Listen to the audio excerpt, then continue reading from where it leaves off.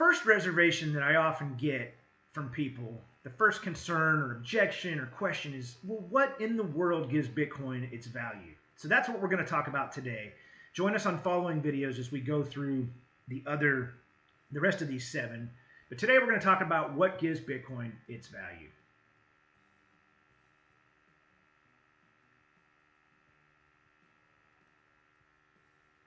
So in order to talk about that, first we need to know what in the world is money. Can't answer what Bitcoin is and what gives it its value until we know what money is. So let's get the proper definition of money. We'll establish that first. First, it has to have these 3 characteristics. It has to be 1, a medium of exchange. 2, it's got to be a unit of account. And 3, it needs to be a store of value. So if something has the first 2 but isn't a good store of value, by definition, that's not money. So that's important to realize that it needs to check the box on all 3 of those.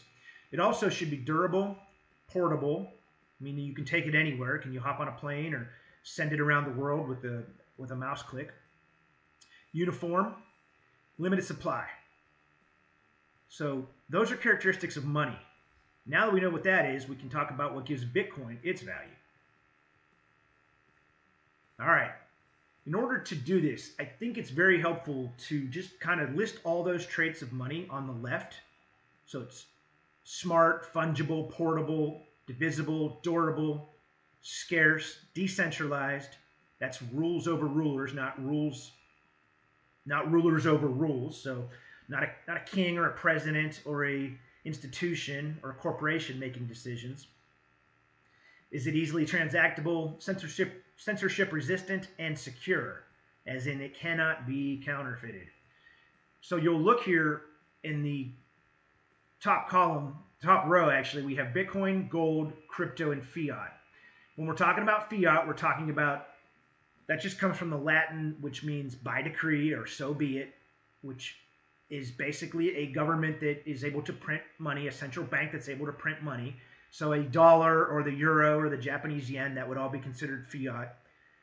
For purposes of what we're talking about today, cryptocurrency is anything that is not specific to Bitcoin, because there's a lot of digital assets, a lot of cryptocurrencies out there. So I want to quickly point out the difference.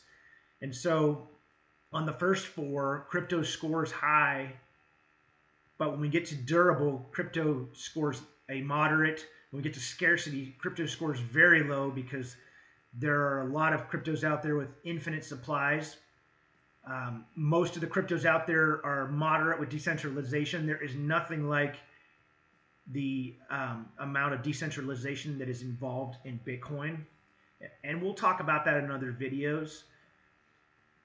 Easily transactable. Most cryptos are moderately transactable. The dollar is also highly transactable, but you look at decentralization and scarcity, fiat scores very low. Censorship resistance scores very low, whereas Bitcoin scores very high. You know, gold scores great. Gold has been for 5,000 years a great store of value.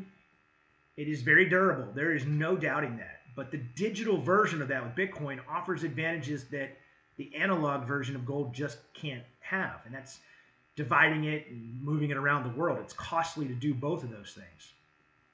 So again, that's a quick comparison just to show you that from a visual here that Bitcoin scores high in all those categories and comparisons of types of money.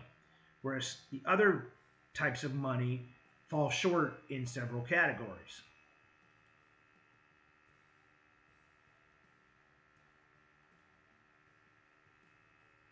Okay, let's just briefly talk about scarcity. Scarcity is a fixed supply. Bitcoin has a hard cap of 21 million coins. We know what the issuance is. It's slowing down over time. This is all math driven. The scarcity mimics a precious metal like gold. So it's a deflationary asset, which contrasts with our ever expanding inflationary dollars. It's a predictable issuance. You can set your watch by it because the supply schedule is hard-coded into the protocol. So that ensures there is no arbitrary inflation. And that in turn allows it to have trust because you can trust that it's going to be scarce, that there's only ever going to be 21 million Bitcoins. 2, decentralization. There's no central authority, right? So again, it's rules over rulers. I love that about Bitcoin. Global access. Anybody with internet access can use it. Security and immutability. That means transactions can't be changed or altered. So on the blockchain, all transactions are recorded. It's tamper-proof. There is such an amount of energy encrypted behind that on the blockchain that it is insane, the amount. And I have other videos describing just how much power is protecting the Bitcoin blockchain. So it's secured by all that cryptography and consensus, which is known as proof of work.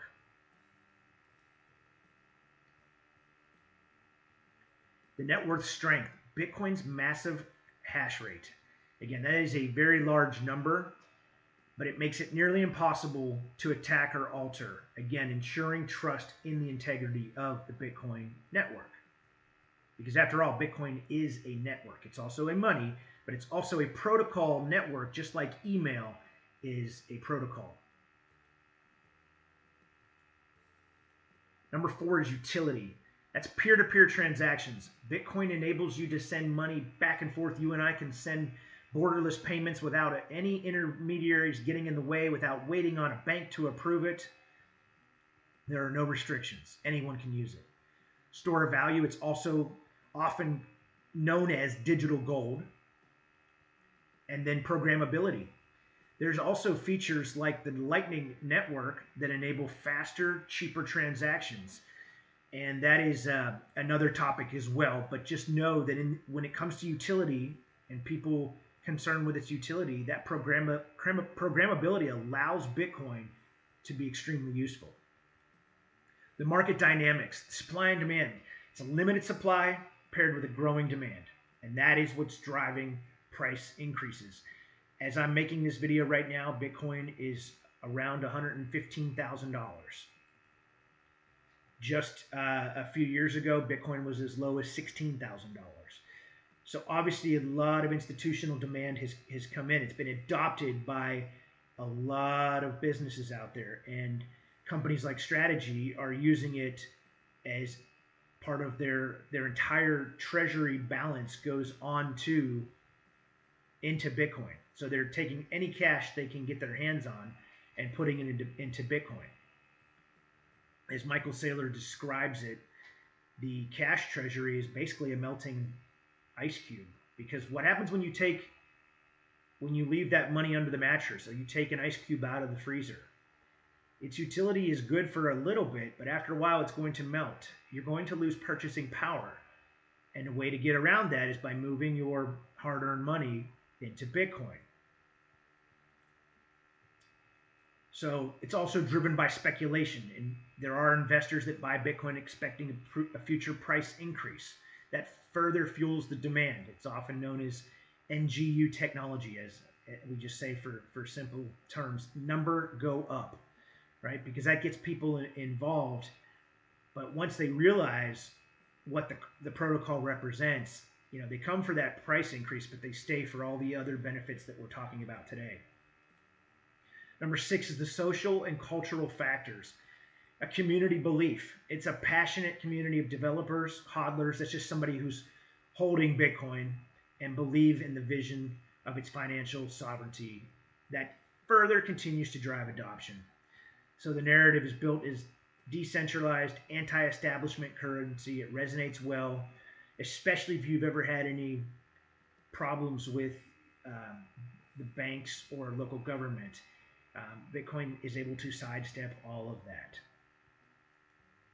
The network effects. The more that people use Bitcoin, the more valuable it becomes. You can study Metcalfe's law if you want to learn more about that. But just for example, more and more merchants accepting it increase the value in the Bitcoin network and its utility, therefore. Number 7 is resilience. Survivability. Bitcoin has weathered hacks, bans, and endless criticism since 2009, since it was created and released to the world by Satoshi. So it's got a proven track record of its durability and earning trust.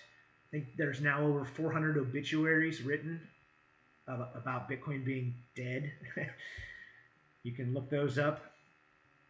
I'm here to tell you it's alive and well, and the network is stronger than ever. Just look at the current hashing power on a site like mempool.space. You'll see that Bitcoin hashing is at an all-time high. That means the energy behind it has never been higher. The strength behind the network is at an all-time high.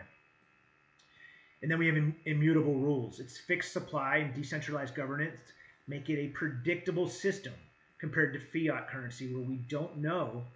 We have a Fed chair that comes out and tells us what the interest rates are going to be and sets our monetary policy by what he and 12 local regional Fed chair presidents decide in a room each month.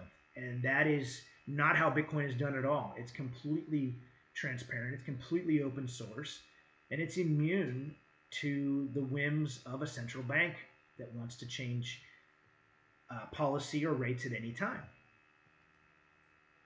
So I want to leave you with this in closing. The dollar, over time, we've had, the stock market crash. We've had Bretton Woods after World War II, where the dollar became the de facto global reserve currency of the world. Then in 1971, we left the gold standard. And then in 2020, we printed 20% of all the dollars ever. During the pandemic, there were 20%. So all that work that people have done, the blood, sweat, and tears, 20% of it was erased just like that. They debased currency by printing that many dollars into the system. In summary, here's what I want you to know. Anytime someone asks you what gives Bitcoin its value, just remember, Bitcoin's value stems from scarcity, decentralization, security, utility, social adoption. Okay, it is a unique blend of technology and economics that creates trust in a trustless system, making it valuable as a currency and a store of value. I appreciate you joining today. Join us next time as we talk about the next reservation people have towards Bitcoin. Thanks so much.